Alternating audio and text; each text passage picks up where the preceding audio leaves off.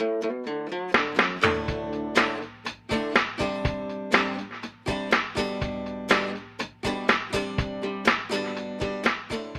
I'm John DeBella from Classic Rock 102.9 MGK, here once again for PhillyPetInfo.com, and here once again with Jim Crosby. Let's reverse it, because now let's be on the bitey side, right? How much does that person need to know? Is it just everything you've said in reverse, or is there more to know if you've been bitten? Pretty much it's the same in reverse, but you have to be aware of a few things. You want to find out who owns the dog. You want to, if you can snap a picture of the dog, snap a picture of the dog so that they don't, well, we don't know what dog it was. Get the owner's name and address and contact number and try to verify it with some kind of ID, because you want to be able to find this dog, because if you've been bitten and they cannot verify the vaccination status of the dog, even though rabies is very rare, they're going to give you the treatment.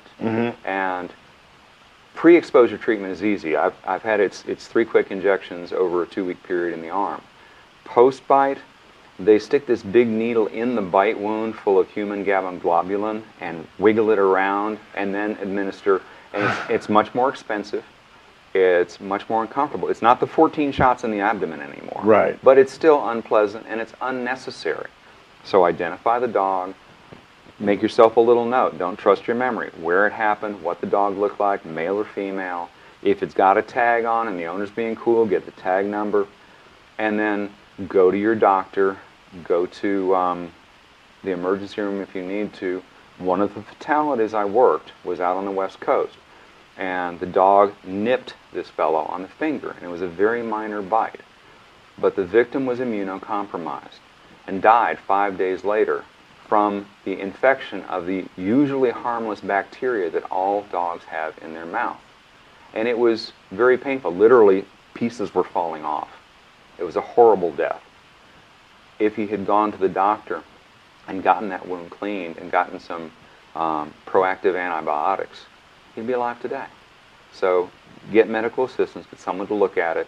When you get home, before they treat it and before you start cleaning it up, take your own pictures of it, so you can document in case the other side says, oh, my dog really didn't bite him.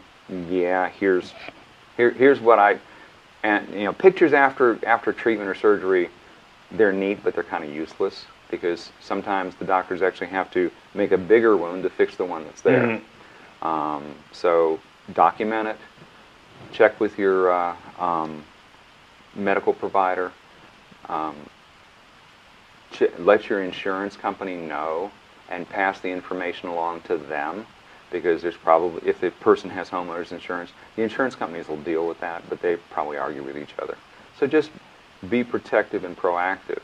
And again, for a person that's bitten or is fearing of being bitten, use the same thing we use as policemen. Use situational awareness. Be aware of where dogs are in your neighborhood. Where do you see Fluffy always running loose? Where is Sparky always chasing bicycles? Think ahead, and if you can talk to the owners, do so. If you have to call animal control, do that. If you have to avoid it, it's unpleasant, but do it. It's better for your own safety. From a legal standpoint, what makes a dog dangerous? A dangerous dog, to me, is a dog that, and the laws we're actually trying to get around the country, is a dog that performs specific, quantifiable behaviors that injure or place at risk a person or another animal. For instance, there's a bite assessment scale that we use, or that I use. And if the level's of a certain level, but this particular dog has had, say, 3 unprovoked bites in 6 months, then the ordinance should say this is an at-risk dog, and this dog needs to have training, rehabilitation, better management, better control, whatever the municipality says. Right now, a lot of our dog laws are very vague. A lot of them will say the dog can be declared dangerous if it menaced somebody, okay? Define menace. It's kind of fuzzy-wuzzy. If it threatens somebody, okay, dogs don't call you up and say, I'm going to kick your butt. They do other things. Well, it's got to be quantifiable to apply. A lot of dog laws in the U.S. and other places are fuzzy, but the best ones are becoming behaviorally quantified. We want something that addresses Not what the dog looks like, but what the dog actually does. He is Jim Crosby, and I am John DeBella, and this is PhillyPetInfo.com, and we've got more for you, so stay tuned.